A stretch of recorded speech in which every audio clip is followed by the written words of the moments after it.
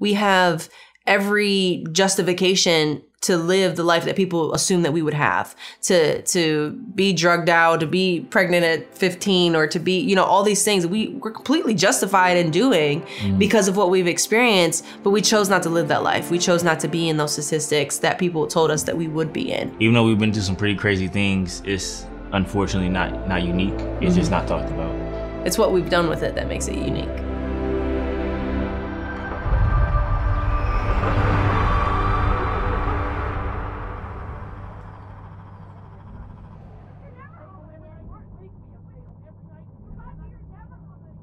I lost my biological mother to suicide when I was 6 years old. And at that point, I went and lived with my biological father. For 8 years, he was physically, sexually, and emotionally abusive. I was used to being degraded every day, all day, being called every name you could possibly think of, literally being forced to kiss somebody's feet on my knees, begging, screaming, crying for somebody to love me. I mean, you can't describe that pain and that hurt.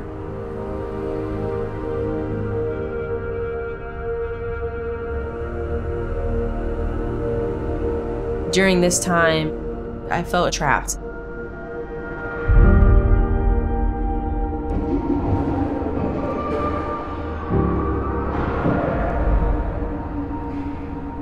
I completely thought that there was no way out of the situation and what I was going through unless I found a way to relieve myself from the pain and the misery that I was experiencing. And that, to me, logically, was through committing suicide.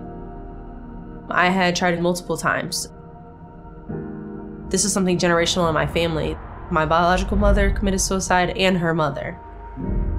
I would tell myself, I can't go outside. I can't be with friends. I can't do anything because I'm not worthy of it and I deserve this.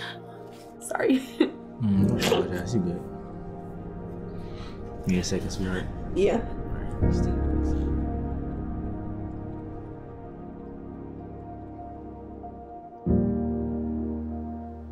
As a 9-year-old, my family and I live in an abandoned house. We literally piled up clothes to sleep on to avoid wood and sharp nails on the floor. No electricity, no heat in the house. We took a bucket, scooped up snow, wait for it to melt to use as makeshift showers. Even as a child, dealing with like bullying and attacks because we couldn't afford new clothes. So I went to school with shoes, no socks, or holes in my pants.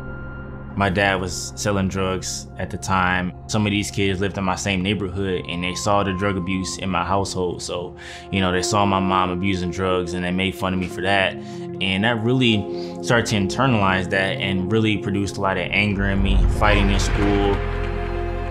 Things got so bad, Child Protective Services eventually found us. My mom said, we don't have a choice but to let you go into the foster care system.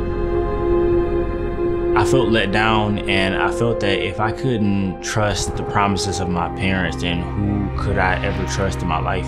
Unfortunately, so much of our definition of like love and trust and community comes from people who didn't deserve to give that definition to us in the first place. And so we're operating the rest of our lives as adults, healing from our childhood with definitions of things from people that didn't deserve to give me that definition of love and commitment and trust. And a subconscious inner voice that we have is almost always our parents' voice. But when I met my adoptive family, Kim and Brian, when I met them at 17, that 100% changed the trajectory of my life. Through seeing their love for each other, their love, their commitment, and how they parent, I see myself, this is how I could parent, this is how I could love, how I could receive it. But it took a solid 4 or 5 years of knowing them because I thought to myself, they must have done something to make God love them more. That I don't deserve that. I can never get that. And so no matter how much they loved on me, poured into me, I wasn't in a season of life that I could receive that. But that didn't stop them from continuing to plant that seed in me and seeing that for me. And I remember thinking, like, my God, how would my life have been different if I had that sooner? Just a parent to protect me and love me. But now I'm able to appreciate and love Justin because I've received that, in my parents now. These ideas that were planted in my head, my words aren't important. My words, my story, all of that, they don't matter. And so much of that did come from with my biological father speaking so many of those lies to me. It really was taking a hold over my life. From the time that you came to us in the summer of 2011 to 5-6 years ago, you just changed so much in that. Not only that you're going to cheat, but you're also going to start thinking about others. And it's not just about yourself. And you're going to start realizing, this world's a better place when you put others first. And that's a way to live. Yeah, you've grown in generosity and compassion, and it's just awesome having a seat watching your growth. And by the time you were 26, we'd already told you we're keeping Justin whether you're staying or not. And I told them that you would say that. I knew it. Yeah, y'all all right. Y'all cool people. Entering into college, I'm like, I'm doing whatever I have to do to make friends. Because that fear of loneliness throughout high school really hurt me for a long time.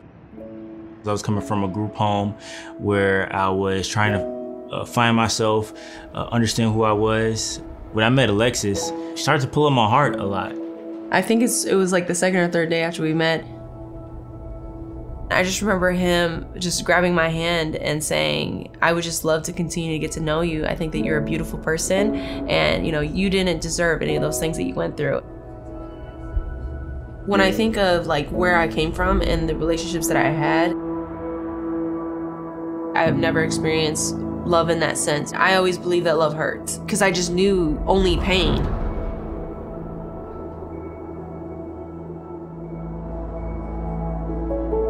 She pulled out a sense of authenticity in me and really allowed me to put aside everything that I thought I wanted to be. We needed each other, but we needed to support each other in our healing individually, and then we needed to come together and create something new.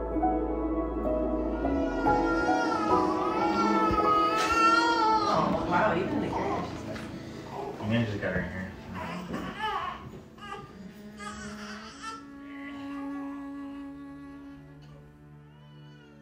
When kids succeed coming out of challenging situations, it's usually been that they've had an experience or an embrace of some key institutions. Most notably, forming a strong family. Not necessarily coming from a strong family, but forming a strong family in their own life. But we have to ensure that they know how to embrace these institutions in such a way they can really now achieve the things that they want to achieve in their own lives. Joining me today is Justin and Alexis Black. The book is Redefining Normal. Justin and Alexis Black, Redefining Normal. If you have not read this book, it must be on your bookshelf, and read it. The things that they've experienced in their childhood, experiences that they had in college, growing up, they made a decision that they didn't want that to be their normal. So they took it upon themselves to redefine their normal. For me growing up, my dad, calling me a burden and all these harmful words that I heard and received when I was a child. There was so much work that needed to be done and really go through that process of changing the way I thought about myself. We're defining what love looks like for our daughter. I had been told for years that I have too much baggage, there's too many things wrong with me, nobody will love me. We always thought that, we wouldn't be good enough to be parents. We weren't deserving of being parents because of who we were, what we've gone through. When you are down and not feeling good about yourself, you need to be around people who are contributing to you, who are helping you out. We want to influence people to identify that generational trauma and the practices and habits that go into creating generational success.